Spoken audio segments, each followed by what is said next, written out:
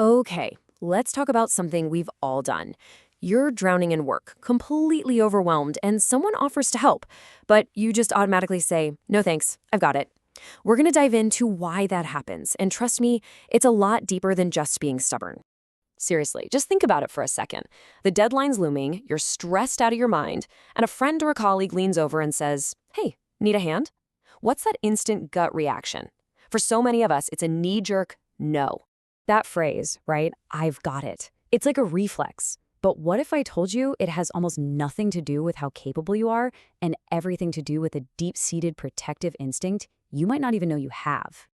Yeah, what we see on the surface, what looks like just being super confident or maybe a little headstrong, is actually a psychological shield. It's a defense mechanism, and it has a name. It's called hyperindependence. And here's the thing, you're not born with this. It's a survival strategy.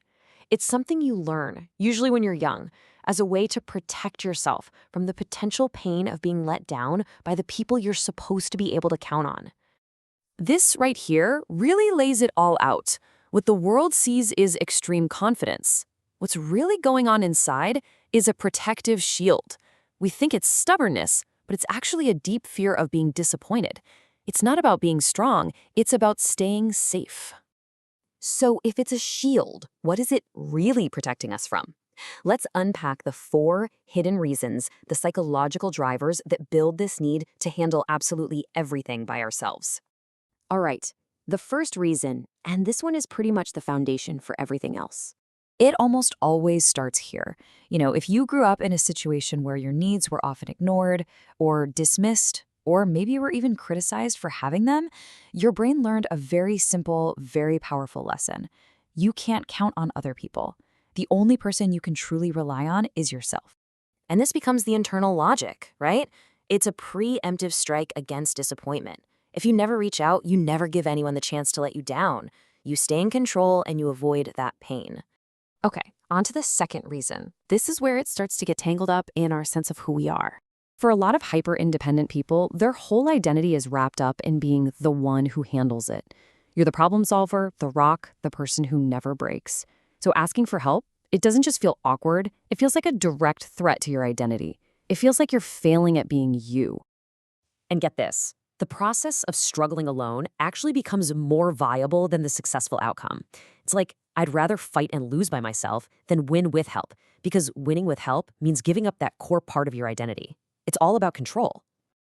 The third driver is a really quiet one, but man, it is so powerful for so many of us. This is that deep, nagging feeling that your needs are just an inconvenience to other people.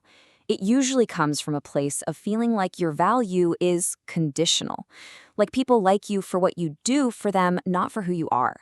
So asking for help feels like you're messing up the balance, like you're risking becoming too much to handle. So the voice in your head says, just keep quiet. Don't make waves. It's a way to try and guarantee your spot in a relationship or a group.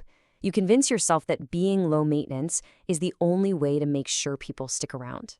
And that leads us right into our fourth and final reason, which really boils down to one word: risk. At the end of the day, asking for help is a vulnerable act. You have to admit you can't do it all, that you don't have the answer. And for someone who's built an entire fortress of self-reliance, that feels incredibly dangerous. It opens the door to judgment, to being seen as weak or incompetent. So when you do the mental math, the perceived risk of reaching out just seems way too high. It feels so much safer to just put your head down and struggle in silence, even if it's harder. The risk just doesn't feel worth it. Now, I know, after hearing all that, it can sound a little bleak. But here is the absolute most important takeaway. Because hyperindependence is a learned behavior, it can be unlearned. This is not a life sentence. So how do you start? It begins with 2 really big mental shifts. First, just acknowledge the pattern. Just start noticing when that I've got it reflex kicks in. When you see it as a defense mechanism instead of your core identity, you start to take its power away.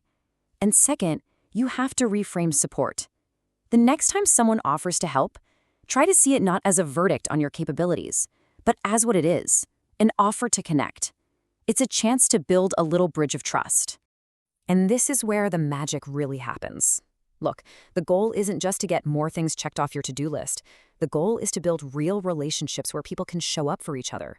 True strength isn't building a fortress so high no one can get in. It's having the courage to lower the drawbridge. That's where you find the kind of connection that total self-reliance just can't give you. So I want to leave you with this question to really think about. By keeping that shield up, by always insisting, I've got it, what connections are you accidentally pushing away? What moments of shared success and trust are you missing out on?